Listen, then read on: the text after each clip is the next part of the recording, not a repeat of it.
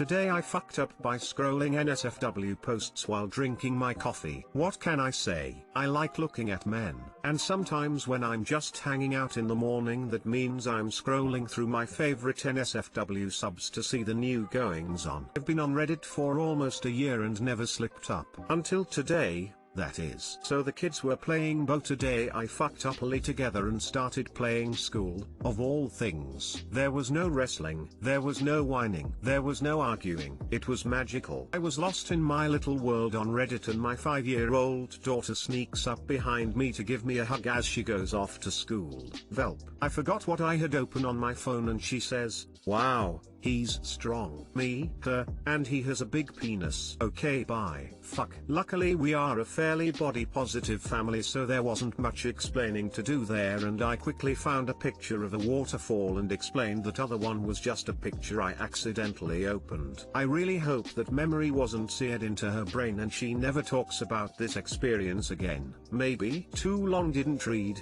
My 5-year-old daughter accidentally saw her first dick pic courtesy of me being on Reddit while I drank my coffee. ETA, this is why my 5-year-old knows the correct terms for body parts. Either she will forget it in a minute or she will get random flashbacks for years. Total crapshoot. I knew it. My wife complained that her boobs were too small. She was cute and fine looking, so she bought a bunch of Playboys to look at potential boob jobs. Hey, our 5-year-old, who is looking through the Playboys. He flips through one, neither my wife nor I say a word as he flips the page. Looks, flips the page, so on. Finally puts them back. Those are boring, nothing but a bunch of mommies in there. Ha ha ha ha kids. Sometimes you never know. I can imagine the parent-teacher conference now. Teacher, so the assignment was to write about the strongest person you know. Ha ha ha no. New core memory, that's what my wife and I say to each other whenever we certainly fuck up in front of the kiddos. Haha, she'll be fine. At least she's not old enough to know what you were doing and could tease or blackmail you like a 15-year-old. Also nice boobs. Edit, boobs are gone. Sri my thirsty brothers. That's true I guess. Have random dumb memories from my childhood and light bulb moments of what they actually were, so by the time she's 15 maybe she'll just keep it to herself. And thanks haha. Today I fucked up by pretending to be asleep. I'm 25 and have been working abroad for the last 3 years. Have a girlfriend, dogs and a cat back in the country I work in and have decided to settle there for good. I returned home in April as my parents, both in their early 60s, were tested positive for coronavirus in the same month, and I wanted to help out with the due processes for treatment. Although they recovered quickly, it seemed as if I was gonna be stuck at home as the borders closed. Initially, my parents and I didn't make it a huge deal but rather viewed it as an opportunity to have a good family time since I was their only child. All good for the next half year, work from home, girlfriend calls me every day, parents love her. I managed to keep a job amidst a massive layoff. So far so good, right? As a wise man once said, all perks come with a clause, and this time it was me becoming retrospective of how I had a tough time through my parents' midlife crisis, during which they didn't know whom to blame for their unfounded woes and ended up pointing the finger at my teenage angst. As a way to elude this looming distress in my head, I challenged my parents to a session of rummy after dinner, a casual activity we did as a family when I was younger. Nevertheless, this only exacerbated my thoughts on familial grievances one goes through as a teen, and we couldn't keep ourselves from exchanging words regarding whose fault it really was that they almost got divorced a little under a decade ago. Jackie D's on ice in our hands didn't help either. At a certain point we realized that we were all drunk and it would be best for us to retire for the night, and so we did, but not without the last act of slamming our cards and stumbling our way out of the kitchen. I walked out to the porch for a smoke while my parents were still in the living room, knew this because I could hear my mom sobbing.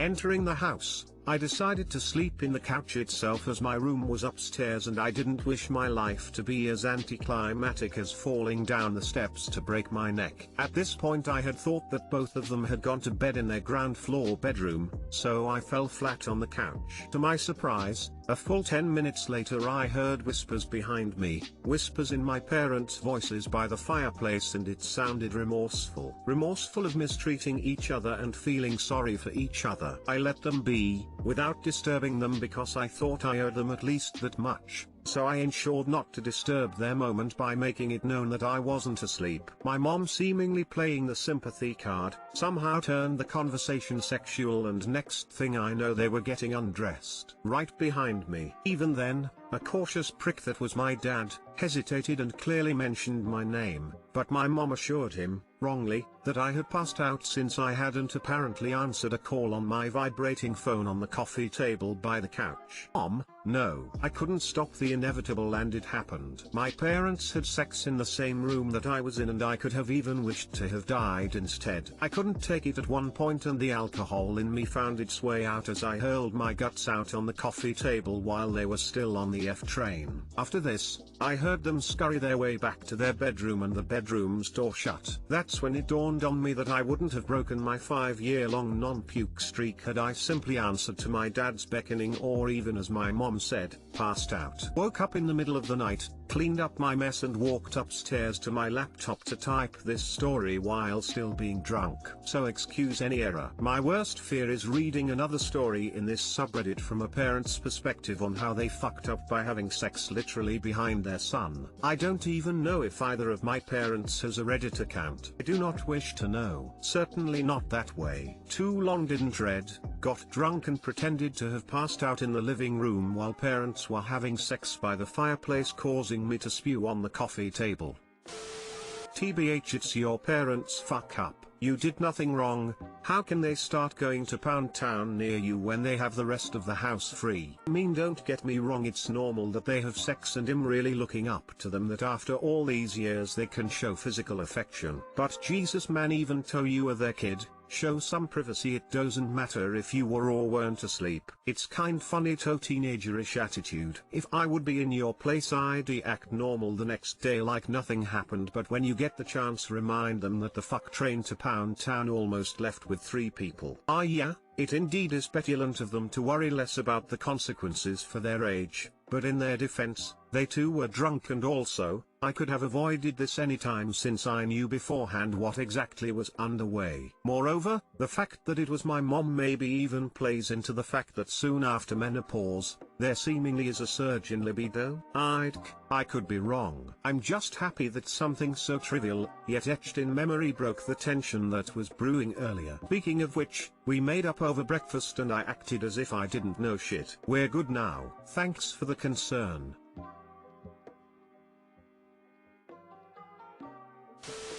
Every now and then I read one of these and actually feel bad. Jesus dude. At least your parents still love each other very much. And often. Got to add some paragraphs, but damn, that's a good story. The too long didn't read is very concerning. Today I fucked up by making a joke that caused one of my students to realize her dog didn't actually go live on a farm. I'm a secondary computer science teacher. I teach kids aged 10 to 18, so a huge range of physical, mental and intellectual maturity. One of my favorite groups is my 5th grade intro to game design class. They're always excited about basically anything we do, and they are young enough that they still care about earning the respect of their teacher. I have 2 kids in particular that stand out in the class, Chloe and Lina, not their real names. Chloe is one of the sweetest kids I've taught. She is always bright-eyed and bushy-tailed, a talented artist who has a lot of compassion for the people around her. She's also a massive space cadet who needs to be constantly brought back on track with whatever is happening around her. Lina is blisteringly intelligent and well accomplished for her age, with a sense of importance that goes along with being a semi-prodigy at age 10. She became a Karen in utero, comes from a mighty line of Karens, and she'll one day walk among them as their queen. We spent about a week working in a piece of software that had been problematic for us from the start. Lots of weird server hang-ups and failed updates, because we're in an international school and we can't always connect properly. After 5 class periods of watching them flounder, I decided that I would try something new. I started up with the new software, no connection required, and an introduction activity. About 5 minutes into the activity, Chloe's attention slowly wandered back from wherever it had gone. Chloe, wait, this isn't that other software. Why aren't we going to do that anymore? Me, nope. That project went to live on a farm in Wisconsin. We're doing something new now. Chloe, before we moved, my dog went to live on a farm in Wisconsin. Me, oh, It took me a moment, but that was the only opening Lina needed. Lina, parents say that when your dog dies, your dog is dead. Chloe. And then came the tears. Update // I felt so bad that I emailed mom to give her a heads up that she might have a sad kid on her hands after school. Mom replied that the dog was a little terrier and not very well trained. It bolted from her car in a parking lot after she'd taken it for pre-travel vaccinations. It was hit by another car and died on the spot. Poor puppa. They're going to tell her a slightly less graphic version of the story. Too long didn't read. I made a joke to my 5th graders about a failed project going to live on a farm in Wisconsin. It turned out that a student's parents had said the same thing to her when her dog died, and another student was only too happy to spell it out for her. When I was in 2nd grade, our librarian's example of fiction was Santa Claus. Don't feel bad. I feel bad for laughing, but I'm just imagining the faces of 30 kids being crushed at once. I mean, the librarian probably could have played it off since there are so many fictional stories written about real people all the time, but it does not sound like that happened, lol. I had 3 pet chickens that lived at Grandma's. We had Asapowed Apollo the evening we went over for dinner, and they weren't in the yard, and I was told they went to live with another family because they became too much for Grandma. I'm sure that was a coincidence. Same thing happened to my aunt as a kid. She had pet rabbits that lived at my grandparents' house. Her favorite one was named Fluffy, and my grandfather killed and cooked them secretly, let her start eating dinner, and went, "Guess what you're eating, Anna?" "It's Fluffy." He was a slightly sadistic man.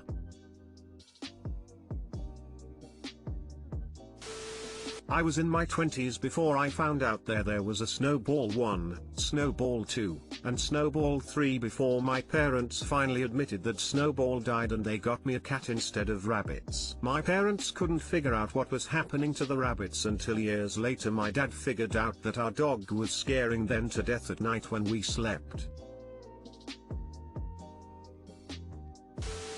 Goddamn Lina, what a savage Lamau. Your dog is dead, Chloe. You can just feel that emphasis on her name.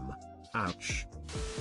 Could you imagine if her dog really did go to a farm in Wisconsin though? Weird story. When I was about 10, my grandparents moved to a different state. They told my siblings and me Queenie, their dog, went to live at a farm. Well into my teen years I asked my grandma to clarify. Point blank asked her if they put the dog down. She got offended and told me the dog went to live with some friends from their church. It was awkward.